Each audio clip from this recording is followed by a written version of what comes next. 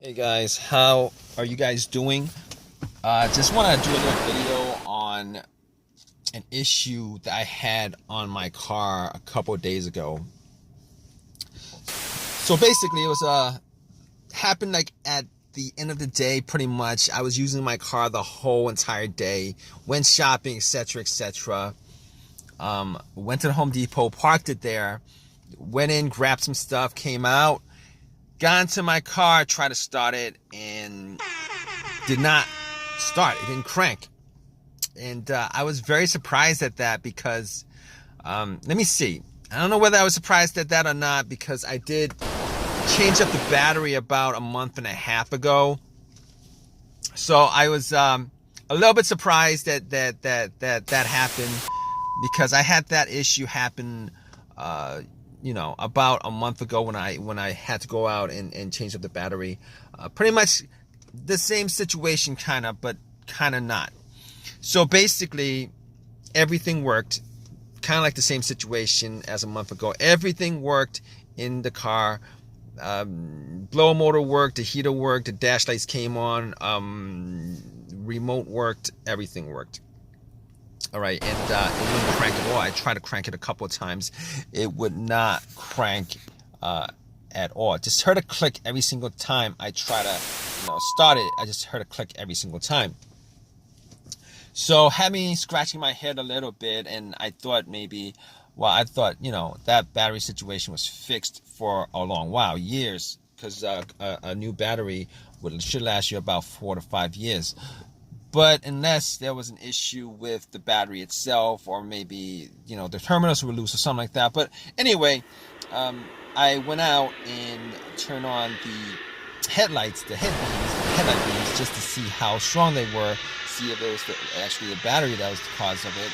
And the beams were very, very, very bright. So at that point, I was kind of on the fence about whether it was battery or not. Opened up the hood, popped it, and looked around the battery area just to see whether it was something wrong with the way it, the terminals were plugged in, and I was looking at it, and the terminals were a little bit dirty. So I took the terminals off, had some Coca-Cola, poured some Coca-Cola on the terminals, got some paper towels that I had, and wiped them, popped them back on, and then tried to start the car again, and it would do the same thing. It wouldn't crank at all. Everything else worked, it just would not crank. So at that point, I went back out, rechecked the terminals, made sure they were tight, and they were tight enough. I mean, I was able to wiggle them loose and stuff, but they were tight enough. All right, they were tight enough. So I didn't think that it was the terminal that was the issue, because they were clean enough also. And at that point, I was like, maybe I should look at the negative terminal just to see whether the ground was connected to the frame of the car, whether there was any kind of rust or any kind of corrosion there. So I checked it out, and everything was clean. And that negative wire is the ground wire to any vehicle. So I was like, okay, all right. Let me see. The battery is good. Terminals are good. And at that point, I was like, okay, I'm gonna take out my power pack that I bought from Walmart when I got the battery, just in case one of these situations happen again, because just to save myself some time and stuff like that. I popped it on, and I was for sure it was gonna crank up. All right, and I tried to start it, and nothing. Same thing, click, didn't do a single thing. So at that point, I was able to rule out the battery altogether, and I was able to rule out the alternator being the cause of the problem.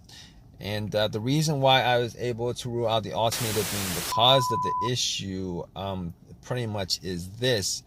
If there was an alternator issue that was causing a problem with the car not being able to charge the battery, etc., etc., just jumping it would have just jumped you know, it would have cranked over, it would have ran, etc., etc. But obviously, I'm making this video, you know, that didn't happen.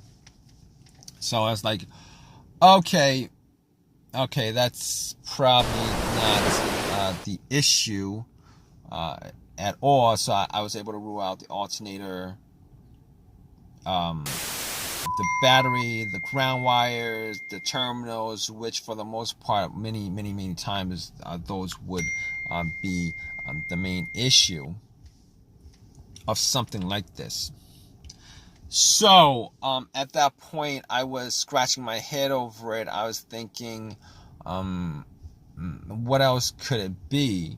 I mean, could it possibly be, you know, something wrong? And I did have a check engine light, and I know that check engine light was for emissions. All right.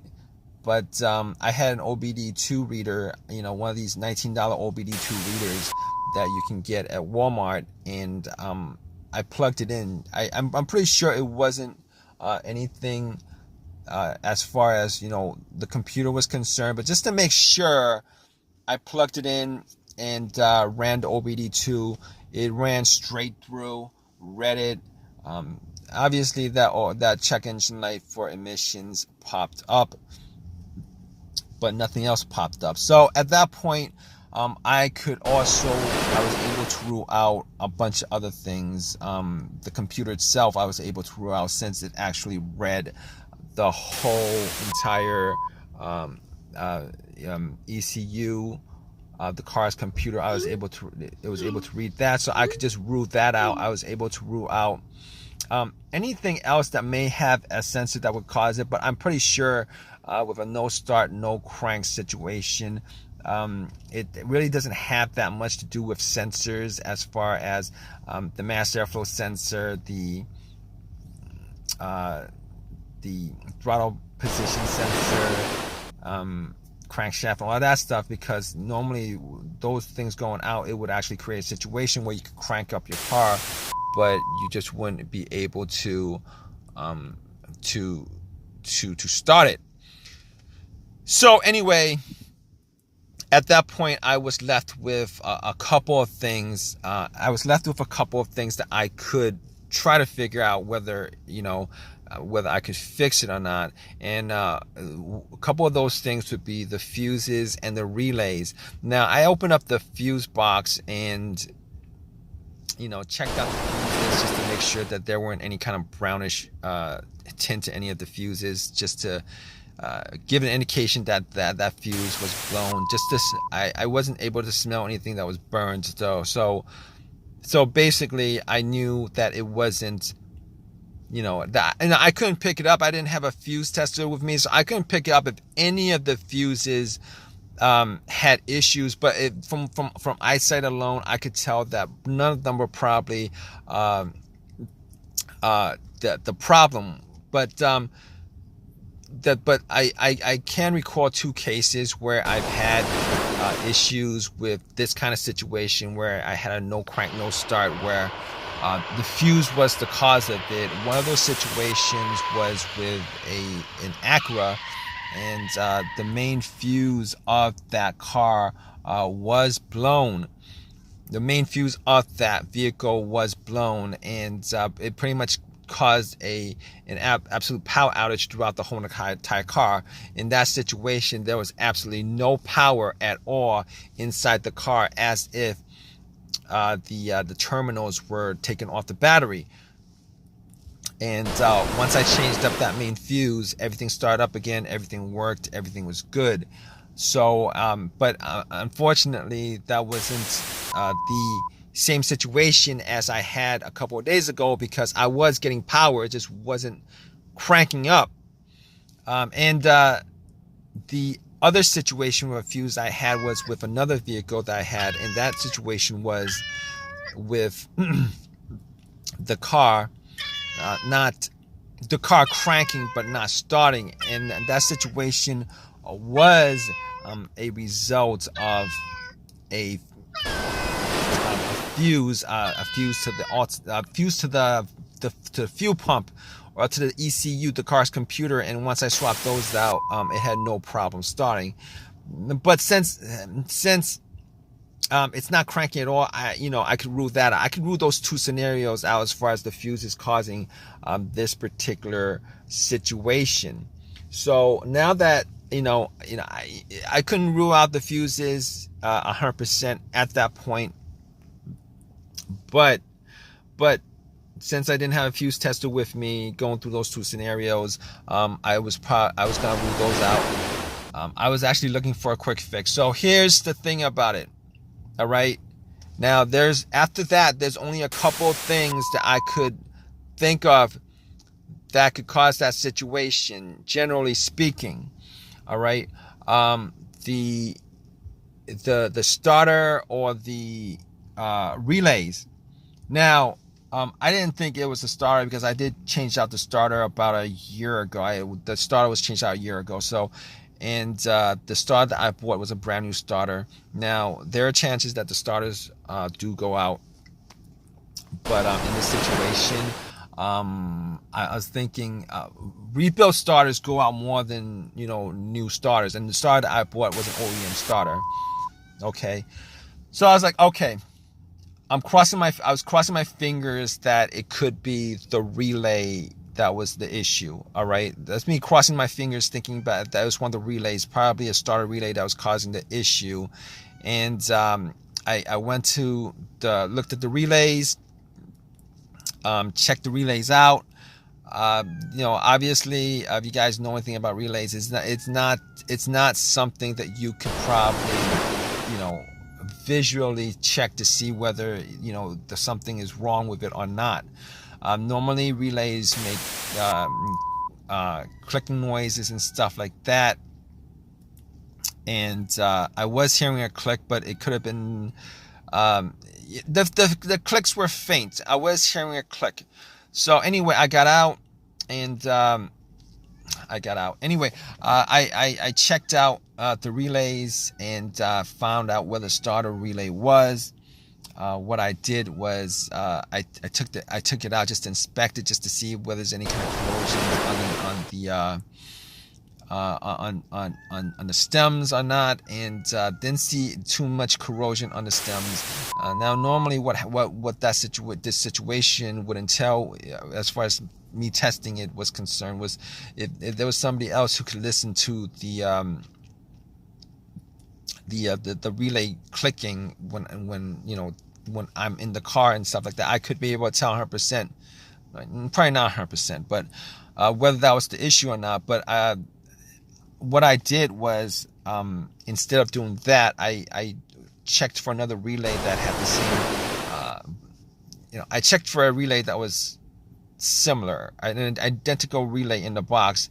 And what I did was, just to test it out, I took the relay out and then swapped it. I took the relay out and then swapped it. And once I swapped it, I tried to crank the car up, and bam, it actually cranked up. It cranked up.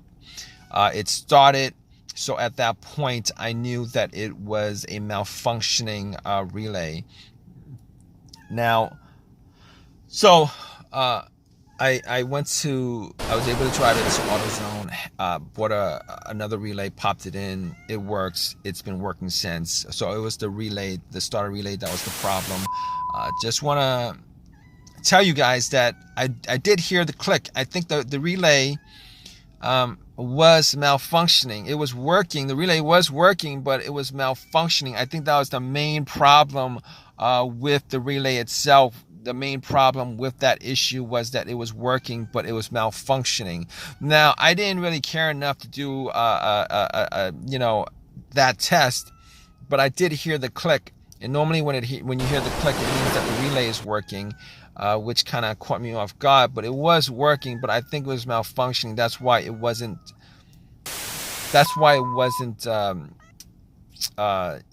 starting the vehicle, starting the car. So at that point, if you guys are in this situation, and I'm sure you guys are, if you guys are watching this video, if you guys want a quick fix for it, Hopefully you guys do get one of these quick fixes like I had. Pretty much what you guys could do is go down the list of stuff that I eliminated, as far as everything I eliminated before getting to what the main problem was.